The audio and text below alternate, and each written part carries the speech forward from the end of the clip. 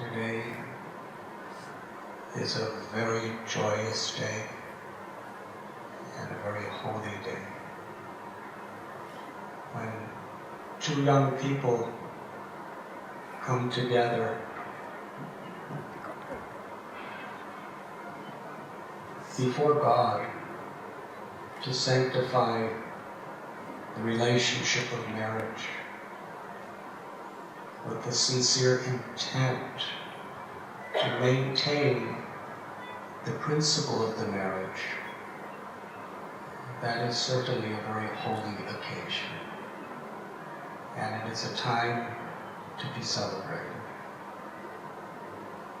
I'm especially grateful to all of you who have come to share in the joy of this celebration. Marriage, from a spiritual perspective, is a commitment of giving to one another without selfish expectations. In this world, the tendency is so much to put one's own ego in the center of one's life. From a spiritual perspective, marriage means to put the will of God in the center of our life. According to this understanding, deep, Rohina is not simply your wife. Rohina is God's beloved daughter. Krishna tells in Gita, Aham bija pradapita. Eternally, I am the mother and father of all living beings. That eternal soul that is the source of the life of Rohina is a sacred part of God, a beloved child of God. And Krishna is entrusting her under your care. How you treat her is how you treat Krishna, how you treat God. And it is reciprocal. Rohina Deep is not simply your husband. That's there. But the proper attitude is he is the beloved child of God, who has been entrusted under your care. And how you make each other happy through your service to one another is how you actually connect with the Lord within your hearts.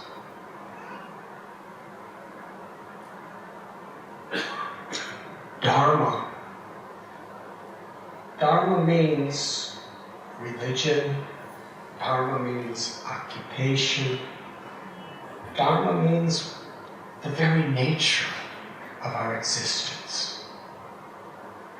Marriage, from a perspective of Dharma, is to keep this higher principle of the sanctity of why we are married always in the forefront of our relationship. Because as we see in this world, there are many challenges. Because the world has been created on the basis of dualities. There's happiness and distress, honor and dishonor, health, disease, pleasure, pain, success, failure, birth, death. So these are always going to be changing, like two sides of a coin. So in today's world, we see, unfortunately, so many times marriages become seriously disrupted by these inevitable changes of the dualities of this world. But from a spiritual perspective, the dualities have no significance. All that really matters is the sacred responsibility that we have for each other. Romance doesn't last. You may see Bollywood or Hollywood films, but what happens a few years after the film is over is usually very much different. People's bodies change. We start learning about things, about people, their attitudes, their personalities that we could have never conceived of at the time when we married. So how to somehow or other remain together?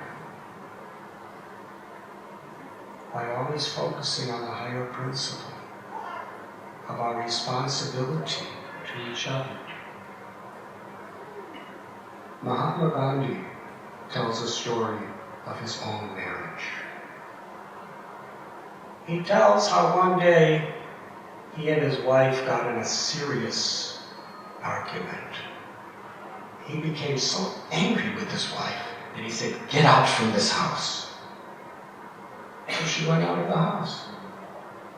After some time, he came out of the house and he saw her sitting on the roadway. He said, "What are you still doing here?" She said, "I have nowhere else to go." So Mahatma Gandhi said, "All right, forget it. Come back."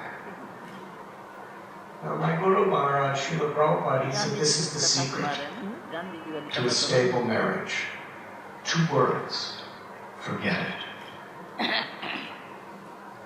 The sacredness of the marriage is so important. Whatever battles we have, whatever misunderstandings, they don't really matter. It's a petty mind that takes those things seriously. Now, if we think that we're exempt from this, please analyze. Mahatma Gandhi is the symbol of peace for the whole world. Martin Luther King, Nelson Mandela, they were Nobel Peace Laureates, and their guru was Mahatma Gandhi. And here is the crusader of nonviolent peace for the world, and he's fighting with his wife. Marriage is like that. I'm a Swami, so I've never had direct experience. But interestingly deep in Rohina, almost every day, married people come to me to tell me their problems. And every one of them feels that their problem is so unique only to them and so insurmountable. But I don't tell them at that time, but I'm telling all of you, that usually everyone has the same problems. The wife feels neglected. My husband just doesn't spend time with me. He's so busy, he doesn't care about me. And I talk to the husband and he says, "No, I do care about her. Why is she thinking like this? This is nonsense. I care about her so much." Well, do you ever tell her? Why should I tell her? I don't have time to do that. And husbands, they expect so much. This is the problem in this world. We expect so much from each other. Dharma means our expectation is what I could give to the other, how I could adjust to you. And if both parties, the husband and the wife, are committed to adjusting themselves to the requirements, the needs, and the nature of the other, that is the higher principle. And whatever conflicts, we forget it. It's not important. A great person can see an apparent mountain of material problems like a little grain of sand compared to the higher principle. Not vice versa. And I saw this in the life of my own mother and father. I was brought up near Chicago, in northern Illinois. And my mother and father were wonderful people, caring parents. One day when I was about 8 years old, I was sitting on my mother's bed, while she was putting mascara on her eyes in front of her mirror. I can see this picture right now in my mind's eyes. And my mother looked at me. She said, "Everyone loves your father, and everyone loves me. But we no longer love each other. We have decided to separate."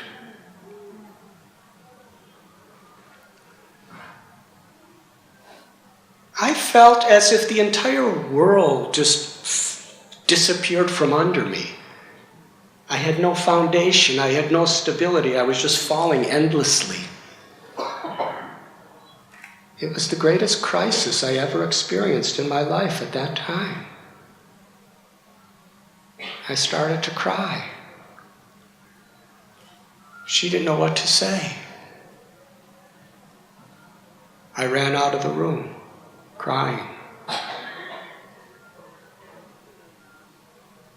Later on, my father came home from work, and I knew my mother was going to tell her my reaction. So they went into their bedroom and closed the door. And I secretly put my ear to the door to hear what they were talking about. My mother told my father how I responded to the decision they had already made. For several minutes there was total silence. Then I heard them say, "For the sake of our children, somehow or other we're going to work this marriage out and stay together." It was a challenge. But love, actual love, is not cheap. To really have the love of the hearts between two people, there's a price. And that is to overcome these challenges with the higher principle. Yes, it wasn't easy for them for a little while, but what I saw was incredible. Through maintaining this higher principle, we are together not because of what we agree or not agree with. We are together for the sake of our devotion to God and our children. I saw a love manifest between them that I have hardly seen anywhere in this world. They were absolutely faithful and loyal, and they loved each other. They would do anything for each other because they earned it by maintaining this higher principle. And when my mother passed away, they had just celebrated their 58th wedding anniversary. And that's good. That's good in America, actually.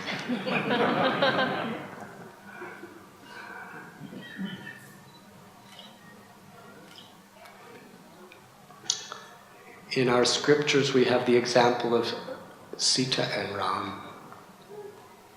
The Lord descended into this world. There's one God who comes with different forms at different times, with different names according to the needs of the time and the people. So that one God appeared as Lord Ram with his eternal consort Sita, the feminine aspect of the Supreme Lord. And they came in the role of humans to teach us ideal life. They were married. They were meant to be the kings of Ayodhya. But circumstances, inconceivable circumstances, no one could imagine, took place, and Ram was being banished to live in the forest for 14 years. And he willingly accepted it. His wife Sita told him, "I'm going with you." Ram said, "No, Sita, you cannot come with me. Do you know what the forest is like? You are a princess, meant to be a queen. You have been living in royal palaces. In the forest, you'll have to live subjected to rain and snow and cold and heat. You have been protected by armies. There will be tigers, lions, snakes, mosquitoes. You have been eating the finest foods. There you'll be just the roots of the ground and whatever fruits we find in the trees. You've been wearing fine silks and living on beautiful beds. There you will be sleeping on leaves and wearing tree bark as your clothes. I cannot tolerate. You must stay home. I'll be back in 14 years. Sita pleaded with Ram. She said, to be with you and to maintain my Dharma, my responsibilities to my husband, even hell will be like heaven.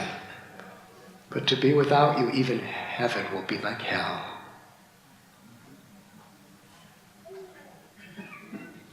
Ram could not accept. But then she gave the final argument. What we have just seen in this marriage ceremony is Ajay and Rashmi have just entrusted their daughter to the care of Deep.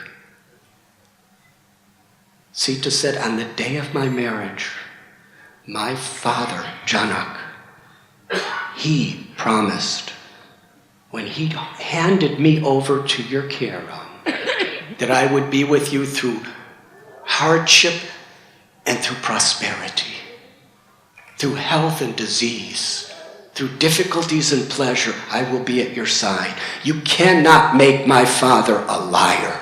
I am going with you. And Ram, with tears of affection, said, Sita, come to the forest. Marriage means two become one. One in spirit. One in responsibility. One for each other. And sometimes in India, men want their wives to be like Sita. But they don't really consider that they're supposed to be like Ram. What was Ram's test? Sita was abducted. She was kidnapped by Ravana. And Ram, in order to protect his wife, he declared a world war. He searched for almost a year to find her. By foot, he went all the way across practically the entire of India searching for her. And then fought an incredible war to protect the dignity and the happiness of his wife. This is Dharma. Not to expect from each other, but more to give to each other. If with God in the center, recognizing the sanctity of your spouse in the eyes of God, then following the principles of married life is yoga. It is Dharma. It is the path of perfection.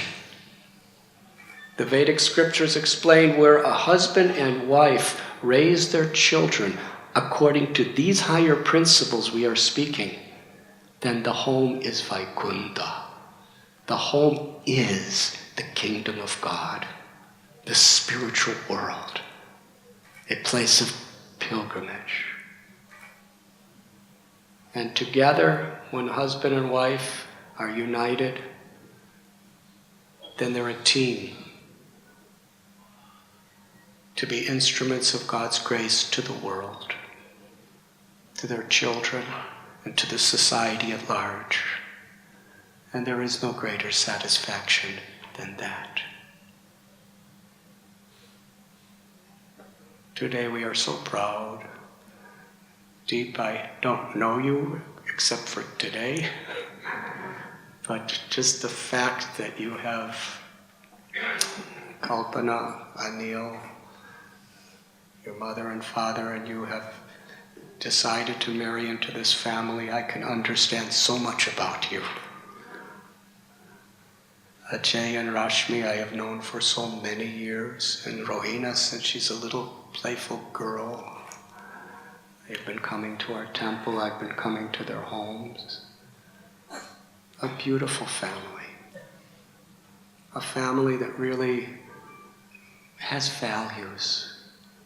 And the fact that they wanted their children to be married in this way is something so special. We are so grateful and so proud for the example you're giving. And my sincerest humble prayers, Deep and Rohina, that your marriage could be a beautiful example that will give so much light and so much hope to the world. And I believe this is what you will give your life for.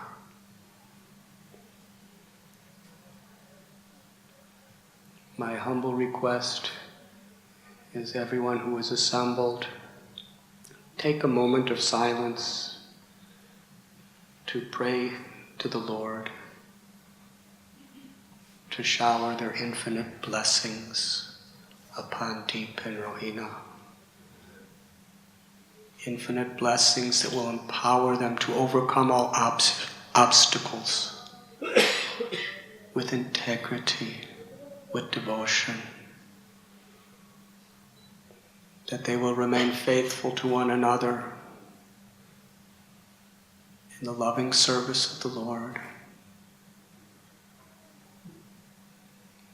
That their beautiful relationship will give light to their family and to the world.